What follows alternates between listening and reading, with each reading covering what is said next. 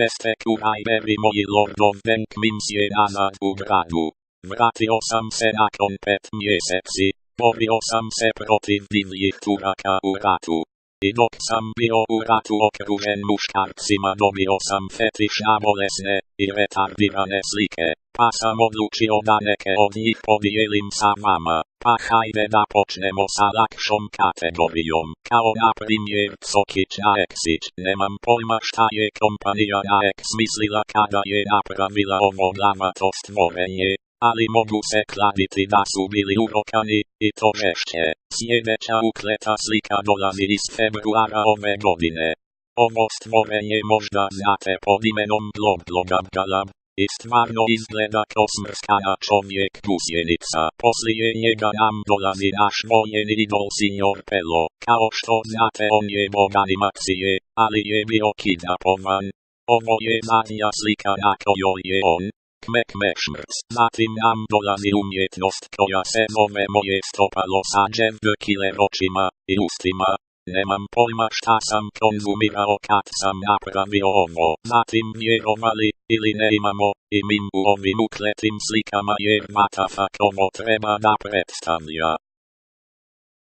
A zatim imamo jedan YouTube video koji me je izbacio iz takta kad sam ga vidio jer sam dobio ogromnu erekciju. Sada idemo u malo zajebanije stvari, kao na primjer Dragan Savić koji je veoma mokar zbog tog šampanjca. Zatim imamo jednog turskog džeda koji umire od smijeha, al bukvalno umire jer u pozadini svira harmonika. Zatim imamo ovu likušu zvanu Morges.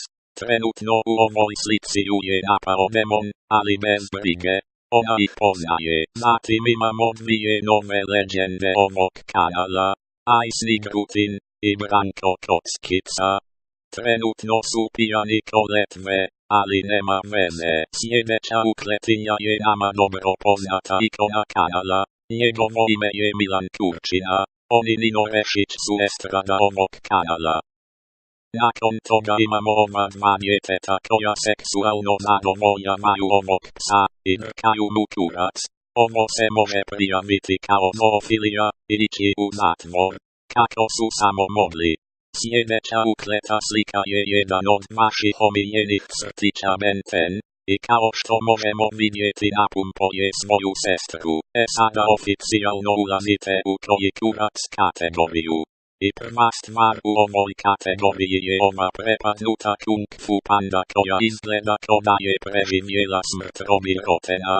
Rip nedostajaće šam Robi. Nakon toga nam stiže ova stvar, jednostavno ne znam kako da je opišem. Sljedeći na listi je ovaj face swap Crnčuge i Džukele. Sada Crnčuga izgleda ko ekstra pederčina, a pas izgleda kao osoba koja bi te pozvala u svoj kombi da podijelite bombone. A sada želim da zamislite vašu reakciju kada bi upalili TV u 1:30 poslije ponoći i vidjeli njega. Izgleda kao zli naučnik sa Alcatraza koji vozi Škodu. Sada ulazimo u top 3. Treće mjesto zauzima ova likuša koja izgleda kao da je stavila svoj vibrator na max. Drugo mjesto zauzima ovaj lik koji ima najbolju frizuru ovog milenijuma. Nikomu nije ni ravan.